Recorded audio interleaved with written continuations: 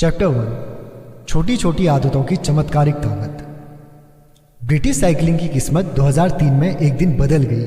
Great Britain में professional cycling को संचालित करने वाली इस संस्था ने हाल ही में नया परफॉर्मेंस डायरेक्टर डेव बेल्सफोर्ड को रख लिया था। यह वह समय था जब ग्रेट ब्रिटेन में प्रोफेशनल साइकिलिस्ट करीब 100 वर्ष से साधारण दर्जे को झेल रहे थे। ब्रिटिश साइकिलिस्ट ने 1908 से लेकर अब तक सिर्फ एक बार ओलंपिक में स्वर्ण पदक जीता था, जबकि साइकिलिंग की सबसे बड़ी स्पर्धा टूर डी फ्रांस में बहुत ही खराब प्रदर्शन किए थे। 110 वर्ष में किसी भी ब्रिटिश साइकिलिस्ट ने टूर डी फ्रांस में जीत हासिल नहीं की थी।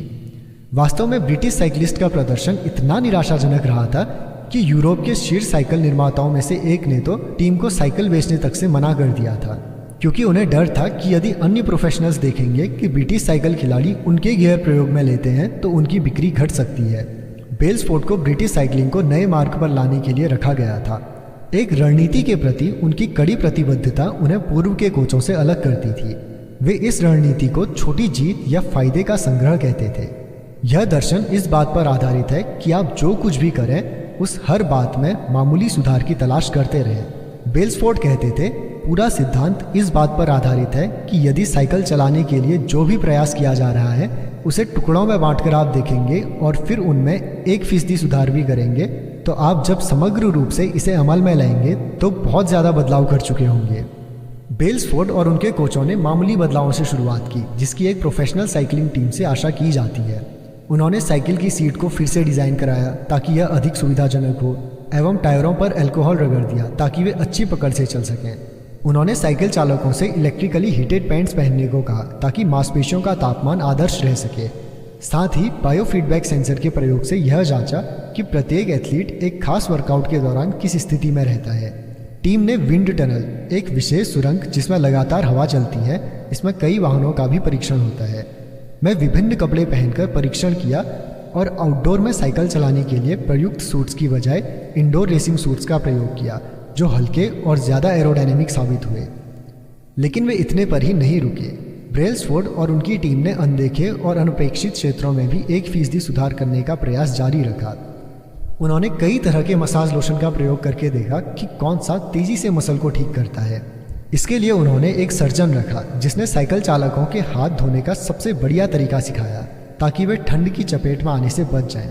उन्होंने यह भी बताया कि हर साइकिल खिलाड़ी को रात में सोने के लिए किस तरह की तकिया और गद्दा लेना चाहिए। यहाँ तक कि उन्होंने टीम का ट्रक भी भीतर से सफ़ेद रंग से पेंट करा दिया ताकि धूल के मामूली कणों को भी देखा जा सके जो पहले नज़र नहीं आते थे, जबकि उसके कारण अच्छे से तैयार हुई साइकिल की गति भी खराब हो सकती थी। इस तरह के सैकड़ों अन्य छोटे छोटे सुधार किए गए तो परिणाम इतनी तेज़ी से आए कि कोई कल्पना भी नहीं कर सकता था। बेल्सफोर्ड के पद संभालने के 5 साल बाद ही ब्रिटिश साइकिलिंग टीम का 2008 के बीजिंग ओलंपिक में दबदबा रहा, जिसमें उसने सड़क और ट्रैक साइकिलिंग स्पर्धाओं में 60% स्वर्ण पदक जीते। 4 वर्ष बाद जब ओलंपिक का आयोजन लंदन में किया गया तो ब्रिटिश साइकिल खिलाड़ियों ने 9 ओलंपिक रिकॉर्ड्स और 7 विश्व रिकॉर्ड्स कायम किए। उसी वर्ष ब्रैडली विंगिस पहले ब्रिटिश साइकिलिस्ट बने जिन्होंने टूर डी फ्रांस में जीत दर्ज की। अगले वर्ष उनकी ही टीम के अन्य साथी क्रिस फ्रूम ने यह रेस जीती और 2015, 2016 और 2017 में भी वे ही जीते। 6 वर्ष में ब्रिटिश साइकिलिस्ट ने 5 मरतबा टूर डी फ्रांस में जीत दर्ज की। ब्रिटेन के साइकिलिस्ट 10 वर्ष की अवधि 2007 से 2017 के बीच 178 वर्ल्ड चैंपियनशिप, 66 ओलंपिक अथवा पैरा ओलंपिक स्वर्ण पदक जीत चुके थे। साथ ही उन्होंने 5 बार टूर डी फ्रांस में भी जीत हासिल की, जो साइकिलिंग के इतिहास में सबसे ज़्यादा सफल दौर माना जाता है। यह होता कैसे है? कैसे सामान्य एथलीट्स की एक टीम जो मामूली बदलावों से विश्व चैंपियन बनकर खड़ी हो जाती है? कैसे सामान्य एथलीट्स की एक टीम मामूली बदलावों से विश्व चैंपियन बनकर खड़ी हो जाती है, जो पहली बार देखने पर इतने मामूली लगते हैं कि उनसे बहुत तो बहुत थोड़ा सा फर्क पड़ सकता है? क्यों छोटे छोटे सुधार एकत्र होकर इतने उल्लेखनीय नतीजे दे सकते हैं और किस प्रकार से आप यह नज़रिया अपने जीवन में लागू कर सकते हैं? क्यों छोटी आदतें बड़ा बदलाव करती हैं? दैनिक जीवन में किसी निर्णायक क्षण के महत्व का आकलन बड़ा चढ़ाकर करना और छोटे छोटे सुधारों को कम समझना बहुत ही आसान है। हम यही मानते हैं कि बड़ी सफलता में ज़्यादा प्रयास ज़रूरी है, भले ही वह वज़न घटाने का मामला हो, कारोबार बढ़ाना हो, पुस्तक लिखना हो, चैंपियनशिप जीतना हो या किसी भी मकसद को प्राप्त करना हो। हम अपने आप पर इतना दबाव डालते हैं ताकि किसी तरह से ऐसा कुछ बदलाव हो सके कि हर कोई इस बारे में बात करे। इन सब के बीच 1% सुधार विशेष रूप से कोई मायने नहीं रखता। कभी कभी तो इस पर कोई ध्यान तक नहीं देता, लेकिन यह लंबे समय के लिए बहुत अर्थपूर्ण हो सकता है। छोटा सुधार लंबे समय में असाधारण अंतर दिखा सकता है। इसका गणित इस प्रकार से काम करता है। यदि आप प्रतिदिन 1% भी पहले से बेहतर होते हैं तो पूरे वर्ष में 37 गुना बेहतर बन सकते हैं। इसके विपरीत यदि आप 1 वर्ष तक हर दिन 1% बदतर होते जाते हैं तो आप शून्य के करीब हो जाएंगे। भले ही छोटी जीत से शुरुआत हो या छोटी हार से, यह एकत्र होकर कई गुना हो जाती है। आदतें आत्म सुधार का चक्रवृद्धि ब्याज होती हैं। जिस प्रकार से धन चक्रवृद्धि ब्याज में कई गुना बढ़ जाता है, उसी प्रकार से आपकी आदतों का प्रभाव बार बार करने पर बढ़ता जाता है। भले ही वे किसी दिन मामूली बदलाव के रूप में दिखती हों, लेकिन कई महीनों और वर्षों में इनका प्रभाव ज़बरदस्त हो सकता है। जब आप 2, 5 या कदाचित 10 वर्ष बाद पीछे की ओर देखते हैं तो आपको स्पष्ट दिखता है कि अच्छी आदतों के मूल्य क्या हैं और बुरी आदतों के लिए क्या कीमत चुकानी होती है। हर दिन 1% बेहतर होना। जीवन में प्रतिदिन इस अवधारणा को महसूस करना ठीक होता है। हम अक्सर छोटे बदलावों को इसीलिए नकार देते हैं क्योंकि वे उस पल इतने उल्लेखनीय नहीं दिखाई देते। यदि आप आज थोड़ा भी पैसा बचाते हैं तो आप करोड़पति नहीं हो सकते। यदि 3 दिन जिम जाएंगे तो भी आप बेडौल ही रहेंगे। यदि आप हर रात 1 घंटा मैंडारिन पढ़ते हैं तो आप भाषा नहीं सीख पाते हैं। हम कुछ बदलाव करते हैं लेकिन नतीजे तेजी से नहीं दिखते और फिर हम पुराने ढर्रे पर ही लौट आते हैं। दुर्भाग्य से बदलाव की धीमी गति भी हमें बुरी आदतों की ओर प्रवृत्त करती है। यदि आज आपने सेहत का लाभ ना पहुंचाने वाला भोजन खाया है तो इससे ज़्यादा फर्क नहीं होगा। यदि आप देर रात तक काम करते हैं और अपने परिवार की उपेक्षा करते हैं तो वो आपको माफ़ कर देंगे। यदि आप एक दिन अपना प्रोजेक्ट टालते हैं तो उसे पूरा करने के लिए बाद में 1 दिन अधिक लगेगा। एक फैसले को आसानी से खारिज किया जा सकता है, लेकिन जब आप खराब फैसलों से 1% गलती हर दिन करते हैं और छोटी गलतियां दोहराते चले जाते हैं, साथ ही छोटे छोटे बहानों को सही ठहराते हैं, तो हमारा यही चयन अंत में बढ़कर खराब नतीजा दे सकता है। यह कई गलतियों का संचय होता है। 1% गिरावट के कारण ही बाद में समस्या होती है। अपनी आदतों में बदलाव से जो प्रभाव होता है वह किसी विमान को अपने मार्ग से कुछ ही डिग्री बदलने के समान होता है। सोचिए कि आप लॉस एंजलिस से न्यूयॉर्क जा रहे हैं। यदि पायलट लॉस एंजलिस अंतर्राष्ट्रीय विमानतल से चलते हुए ही 3.5 डिग्री दक्षिण की ओर मुड़ जाता है तो न्यूयॉर्क के बजाय आप वाशिंगटन डीसी में उतरेंगे। उड़ान भरते समय इतने मामूली बदलाव की ओर शायद ध्यान ना जाता हो। भले ही विमान का अगला भाग कुछ फिट ही मुड़ा हो, लेकिन यह अंततः अमेरिका में ही आपको सैकड़ों मील दूर उतारेगा। इसी प्रकार से दैनिक जीवन की आदतों में मामूली बदलाव आपके जीवन को किसी और दिशा में ले जाता है। 1% बेहतर या 1% बदतर उस पल भले ही उल्लेखनीय ना लगे, लेकिन कालांतर में यह भारी बदलाव दिखा सकता है कि आप क्या हैं और आप क्या हो सकते थे। सफलता प्रतिदिन की आदतों का उत्पाद है, जीवन में केवल एक बार बदलाव का नहीं। इससे कोई फर्क नहीं पड़ता कि आप अभी कितने सफल या असफल हैं, लेकिन फ़र्क इससे पड़ता है कि आपकी आदतें आपको सफलता के मार्ग पर डाल रही हैं या नहीं। आपकी अपने वर्तमान नतीजों के बजाय अपने वर्तमान मार्ग पर अधिक ध्यान देना चाहिए। यदि आप करोड़पति हैं और आप हर महीने जो कमा रहे हैं उससे अधिक खर्च कर रहे हैं तो आपका रास्ता ठीक नहीं है। यदि आपके खर्च करने की आदतें बदलती नहीं हैं तो अंत अच्छा नहीं रहेगा। इसके विपरीत आप हर महीने कुछ न कुछ बचा रहे हैं तो आप वित्तीय रूप से स्वतंत्र या स्वायत्त होने के मार्ग पर आगे बढ़ रहे होते हैं। भले ही आप जितना चाहते हैं उससे धीमी गति से चल रहे हों। आपके परिणाम आपकी आदतों का ही संकलन होते हैं। आपकी वित्तीय आदतों का परिणाम आपकी नेटवर्थ है। खाने की आदतें ही आपके वजन का निर्धारण करती हैं। आपके सीखने की आदतों का परिणाम ही आपका ज्ञान है। आपकी सफाई की आदतों का नतीजा अलग दिखता है। आप जो दोहराते हैं वह आपको प्राप्त होता है। वाह! यदि आप अपनी भविष्यवाणी करना चाहते हैं कि आप जीवन में कहाँ पहुँचेंगे तो आपको छोटे फायदों और छोटे नुकसानों दोनों का एक वक्र बनाना होगा। तो आप देखेंगे कि किस तरह से आपके दैनिक जीवन की पसंद नापसंद 10 या 20 वर्ष में आपको क्या परिणाम देगी। क्या आप हर माह की कमाई से कम खर्च कर रहे हैं? क्या आप हर हफ्ते जिम जा रहे हैं? क्या आप पुस्तकें पढ़कर हर दिन कुछ नया सीख रहे हैं? इस तरह के छोटे छोटे संघर्ष आपका भविष्य अपने आप बता देंगे। सफलता और असफलता के अंतर को समय बहुत बढ़ा देता है। आप जीवन को जो भी दे रहे हैं वह गुणित होकर सामने आएगा। अच्छी आदतें समय को आपका दोस्त बना देंगी, खराब आदतें समय को शत्रु बना देंगी। आदतें दुधारी तलवार हैं। बुरी आदतें आसानी से आपको खत्म कर सकती हैं, जिस तरह से अच्छी आदतें आपको बेहतर बना सकती हैं। इसीलिए इसे समझना बहुत महत्वपूर्ण है। आपका जानना आवश्यक है कि किस प्रकार से आदतें काम करती हैं और अपनी पसंद के अनुसार कैसे इन्हें बनाया जाए, ताकि आप इस दोधारी तलवार की एक धार से बच सकें। प्रकृति वास्तव में होती कैसे है? सोचिए कि आपके सामने टेबल पर बर्फ या क्यूब रखा है। कमरे में इतनी ठंडक है कि आप अपनी सांस को देख सकते हैं।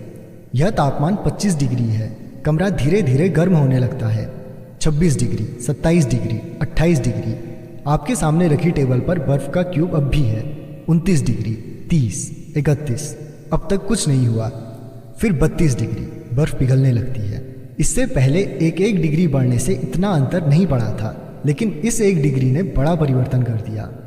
सफलता के पल अक्सर पूर्व के कामों के परिणाम ही होते हैं, जो बड़े बदलाव के लिए संभावनाएं तैयार करते हैं। यह स्थिति हर जगह देखने को मिल जाएगी। कैंसर अपने जीवन का 80% भाग तो पता चले बिना ही बिताता है, लेकिन फिर कुछ ही माह में शरीर को खत्म कर देता है। बांस पहले 5 वर्षों में बड़ा हुआ नहीं दिखता है, क्योंकि वह जमीन के भीतर जड़ें जमाता रहता है और अगले 6 हफ्ते में 90 फीट तक बढ़ जाता है।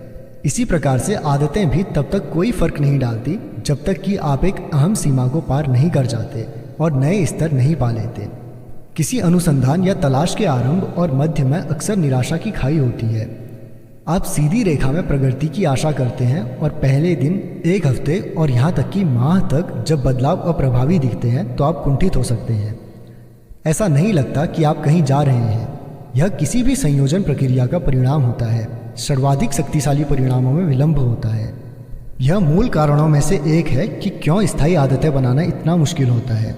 लोग कुछ छोटे छोटे बदलाव करते हैं और उन्हें ठोस नतीजा नहीं मिलता है। लोग कुछ छोटे बदलाव करते हैं और उन्हें ठोस नतीजा नहीं मिलता तो वे इसे रोक देने का फैसला करते हैं। आप सोचते हैं, मैं कई महीने तक हर दिन दौड़ा तो मैंने अपने शरीर में बदलाव क्यों नहीं देखा।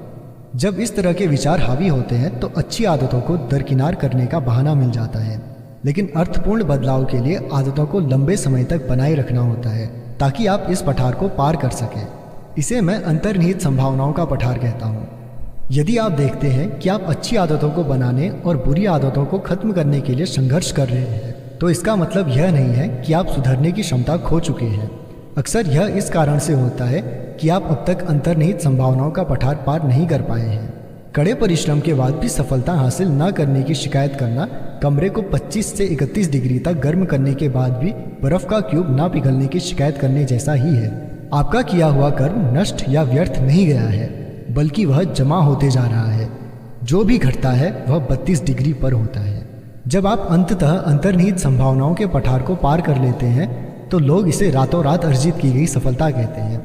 बाहर की दुनिया केवल वह नाटकीय घटना देखती है जब आप सफलता प्राप्त करते हैं। वह प्रक्रियाएं नहीं देखती जिनसे आप निकले हैं। लेकिन आप जानते हैं कि आपका वह काम ही है जो आप लंबे समय से कर रहे थे, जिसके कारण आज आप उछाल ले सके हैं।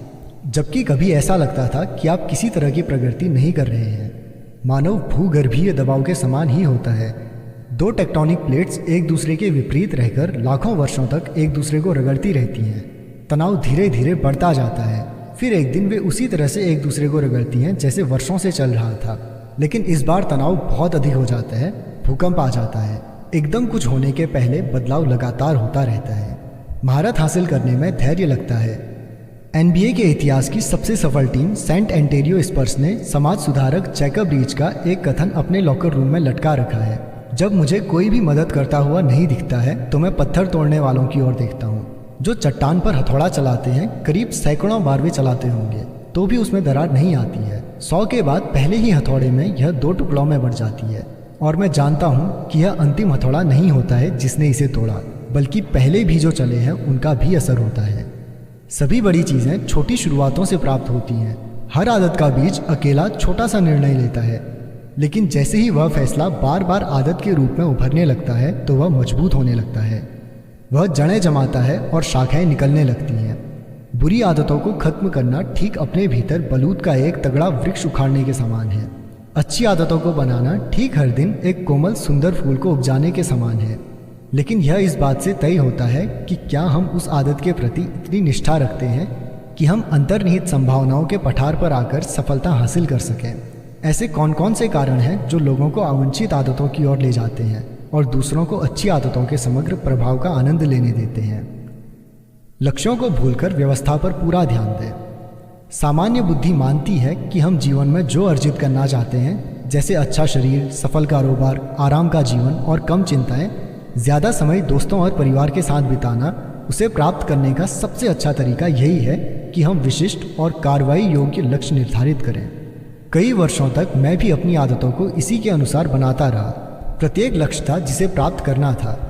मैंने स्कूल में ग्रेड्स के लिए, जिम में वजन के लिए, कारोबार में लाभ हासिल करने के लिए लक्ष्य निर्धारित किए। कुछ में तो मैं सफल हो गया, लेकिन अधिकांश में विफल हो गया। धीरे धीरे मुझे समझ आया कि मेरे नतीजों का मेरे लक्ष्यों से बहुत कम लेना देना था। लगभग हर चीज़ का लेना देना उन व्यवस्थाओं से था जिनका मैंने पालन किया था। व्यवस्थाओं और लक्ष्यों के बीच क्या फ़र्क है? यह एक विशिष्टता है। सबसे पहले मैंने इसे डिल्बर्ट कॉमिक के कार्टूनिस्ट स्कॉट एडम से सीखा। लक्ष्य हमेशा वे परिणाम होते हैं जिन्हें आप प्राप्त करना चाहते हैं। व्यवस्थाएं वे प्रक्रियाएं हैं जो आपको नतीजों की ओर ले जाती हैं। यदि आप कोच हैं तो आपका लक्ष्य केवल चैंपियनशिप जीतने का होता है। व्यवस्था वह तरीका है जिसके तहत खिलाड़ियों का चयन होता है, अपने सहायक कोचों को तैयार किया जाता है और अभ्यास किया जाता है। यदि आप उद्यमी हैं तो आपका लक्ष्य लाखों डॉलर का कारोबार बनाने का होगा। आपकी व्यवस्था प्रोडक्ट आइडिया का परीक्षण करना, कर्मचारी रखना और मार्केटिंग के लिए अभियान चलाना होगी। यदि आप एक संगीतकार हैं तो आपका लक्ष्य एक नई रचना को तैयार करना होगा। कितनी बार आप अभ्यास करते हैं, कितनी बार हिम्मत हार जाते हैं, मुश्किल उपायों से कैसे निपटते हैं, गुरु से फीडबैक लेने की प्रक्रिया आदि आपकी व्यवस्था है। अब एक रोचक प्रश्न, यदि आप अपने लक्ष्यों की उपेक्षा करके पूरी तरह से व्यवस्था पर ध्यान देते हैं तो क्या आप सफल हो पाएंगे? उदाहरण के लिए, यदि आप बास्केटबॉल कोच हैं और स्पर्धा जीतने के लक्ष्य की उपेक्षा करके केवल इस बात पर ध्यान देते हैं कि टीम हर दिन किस तरह से अभ्यास कर रही है, तो भी क्या परिणाम मिलेंगे? मैं समझता हूँ मिलेंगे। किसी भी खेल में अच्छे स्कोर के साथ फिनिश करना एक लक्ष्य होता है, लेकिन स्कोरबोर्ड की ओर देखते हुए खेल पूरा हास्यास्पद हो सकता है। हर दिन कुछ बेहतर होना ही वास्तव में जीत का सही तरीका माना जाता है। 3 बार के सुपर बाउल विजेता बिल वॉल्श के शब्दों में, स्कोर स्वयं अपनी चिंता कर लेगा। यही बात जीवन के अन्य हिस्सों में भी लागू होती है। यदि आप बेहतर परिणाम चाहते हैं तो लक्ष्य तय करना भूल जाएं, व्यवस्था पर ध्यान दें। इसके मायने क्या हैं? क्या लक्ष्य बेकार की चीज़ है? बिल्कुल नहीं। लक्ष्य दिशा तय करते हैं, लेकिन व्यवस्था प्रगति करने के लिए सबसे उपयुक्त रहती है। समस्याएं तब बहुत सारी हो जाती हैं जब आप लक्ष्य के बारे में सोचने में ही बहुत समय बिता देते हैं और अपनी व्यवस्था को सुधारने में पर्याप्त समय नहीं देते। पहली समस्या, जीतने और हारने वाले के लक्ष्य समान होते हैं। लक्ष्य निर्धारित करना अस्तित्व बचे रहने के पूर्वाग्रह से गंभीर रूप से ग्रस्त होता है। हम उन पर ध्यान देते हैं जो जीत जाते हैं, यानी जो दौड़ में बच जाते हैं। हम यह आकलन गलत करते हैं कि महत्वाकांक्षी लक्ष्य ने उन्हें सफल बनाया है। हम उन लोगों को नज़रअंदाज करते हैं जिनका लक्ष्य भी जीत का ही होगा, लेकिन वे सफल नहीं हो पाते हैं। हर ओलंपिक खिलाड़ी स्वर्ण पदक जीतना चाहता है, हर उम्मीदवार नौकरी चाहता है। यदि सफल और असफल दोनों व्यक्तियों के लक्ष्य समान रहते हैं तो फिर लक्ष्य विजेताओं को हारने वाले से अलग नहीं करता। टूर डी फ्रांस को जीतने के लक्ष्य ने ब्रिटिश साइकिलिस्ट को शिखर पर नहीं पहुंचाया था। वे तो हर वर्ष स्पर्धा जीतना चाहते थे, ठीक वैसे ही जैसे कोई अन्य प्रोफेशनल टीम चाहती थी। यह लक्ष्य तो हमेशा ही रहा था। अलग परिणाम तभी आ पाया जब उन्होंने लगातार छोटे छोटे सुधारों की व्यवस्था लागू की। दूसरी समस्या, लक्ष्य प्राप्त करना क्षणिक परिवर्तन मात्र होता है। सोचिए, आपका कमरा अस्त व्यस्त है और आपने उसे साफ करने का लक्ष्य रखा है। यदि आप ऊर्जा से भरकर वह करेंगे तो अभी ही वह साफ हो जाएगा। लेकिन यदि आप आलस की वही आदतें जारी रखेंगे जिनकी वजह से कमरा अस्त व्यस्त हुआ था, तो कमरे में नई गंदगी पसर जाएगी और फिर आप किसी और प्रेरणा की उम्मीद करने लगेंगे। आपको बार बार वही परिणाम मिलेंगे क्योंकि आप उसमें निहित व्यवस्था को बदल ही नहीं सके। आपने किसी लक्षण का उपचार बिना कारण जाने ही किया है। लक्ष्य को प्राप्त करने से जीवन में क्षण भर के लिए ही बदलाव होता है। सुधार के बारे में यह सहज ज्ञान के विपरीत है। हम सोचते हैं कि हमें नतीजे बदलने की ज़रूरत है, लेकिन नतीजे समस्या नहीं है। वास्तव में हमें व्यवस्था या प्रणाली बदलनी चाहिए जो समस्या का कारण है। जब आप परिणाम के स्तर पर समस्या हल करते हैं तो वह अस्थायी रूप से हो पाती है। बेहतरी के लिए सुधार करना है तो आपको व्यवस्था के स्तर पर समस्या हल करनी होगी। जो इनपुट्स हैं उनमें सुधार कर लें, परिणाम खुद सुधर जाएंगे। तीसरी समस्या, लक्ष्य आपकी खुशियों को सीमित करते हैं। किसी लक्ष्य के बारे में अंतर्निहित अनुमान यह रहता है एक बार लक्ष्य प्राप्त हो जाए तो मैं खुश रहूँगा। लक्ष्य के साथ तब समस्या हो जाती है जब आपकी मानसिकता बन चुकी होती है कि आप अगले पड़ाव की प्राप्ति तक खुशियाँ नहीं मनाएंगे। मैं इस झंझट में इतनी बार उलझा हूँ कि संख्या मुझे पता नहीं। वर्षों तक खुशियाँ मेरे लिए भविष्य की बात बनकर रह गई थी। मैं खुद को ही वचन देता था कि एक बार मैं 20 पाउंड मांसपेशियाँ और बढ़ा लूँ या मेरे कारोबार का उल्लेख न्यूयॉर्क टाइम्स में हो जाए तो अंततः मुझे आराम मिलेगा। यही नहीं, लक्ष्य या तो यह या तो वह का टकराव पैदा करते हैं। या तो आप अपना लक्ष्य प्राप्त करके सफल होते हैं या फिर विफल हो जाते हैं और निराश हो जाते हैं। आप खुद को मानसिक रूप से खुशी की संकुचित सोच में बांध लेते हैं। यह गलत दिशा है। यह संभव नहीं है कि वास्तविक जीवन में आपका रास्ता वैसा ही हो जैसा खाका आपने अपने दिमाग में शुरुआत के वक्त बनाया था। सिर्फ एक परिदृश्य तक अपनी संतुष्टि को सीमित रखने का कोई मतलब नहीं है, जबकि आपके पास सफलता के कई मार्ग हैं। व्यवस्था पहले बनाने की मानसिकता तनाव से मुक्ति प्रदान करती है। जब आप उत्पाद से ज़्यादा प्रक्रिया से प्रेम करने लगते हैं तो आपको खुश होने के लिए खुद को अनुमति नहीं देनी होती। आप कभी भी खुश हो सकते हैं क्योंकि प्रणाली या व्यवस्था काम करती जा रही है, और एक प्रणाली या व्यवस्था कई स्वरूपों में सफल हो सकती है। यह जरूरी नहीं है कि आपने जो सोचा हो उसी में सफलता मिले। चौथी समस्या, लक्ष्यों का दीर्घकालिक प्रगति से टकराव। अंततः लक्ष्योन्मुखी मानसिकता आप पर उतार चढ़ाव का प्रभाव छोड़ेगी। कई धावक महीनों तक कड़ा परिश्रम करते हैं, लेकिन जैसे ही वह फिनिश लाइन को पार करते हैं वे प्रशिक्षण रोक ही देते हैं। रेस उन्हें और अधिक प्रेरित नहीं करती है। जब आपका सारा परिश्रम किसी लक्ष्य को हासिल करने के लिए होता है तो उसे प्राप्त करने के बाद क्या रह जाता है। इसी कारण से कई लोग लक्ष्य प्राप्ति के बाद खुद को पुरानी आदतों की ओर मोड़ लेते हैं। लक्ष्य निर्धारित करने का मकसद किसी स्पर्धा को जीतना होता है, परंतु व्यवस्था या प्रणाली बनाने का मकसद खेल को खेलते रहना होता है। वास्तविक लंबी सोच लक्ष्यविहीन सोच होती है। यह केवल एक लक्ष्य हासिल करने मात्र तक सीमित नहीं होती। यह सतत सुधार या परिशोधन का अंतहीन चक्र है। निश्चित रूप से यह किसी प्रक्रिया को लेकर आपकी प्रतिबद्धता है जो आपकी प्रगति का निर्धारण करेगी। छोटी छोटी आदतों की व्यवस्था। यदि आपको अपनी आदतों को बदलने में परेशानी होती है तो समस्या आप नहीं है, समस्या आपकी प्रणाली में है। बुरी आदतें खुद को बार बार दोहराती हैं, इसीलिए नहीं कि आप उन्हें बदलना चाहते हैं, बल्कि इसलिए कि बदलने की आपकी प्रणाली गलत है। आप अपने लक्ष्यों के स्तर तक ऊंचा नहीं उठते हैं, आप प्रणालियों के स्तर तक नीचे जाते हैं। किसी एक लक्ष्य के बजाय पूरी प्रणाली या व्यवस्था पर ध्यान केंद्रित करना ही इस पुस्तक के मूल विषयों में से एक है।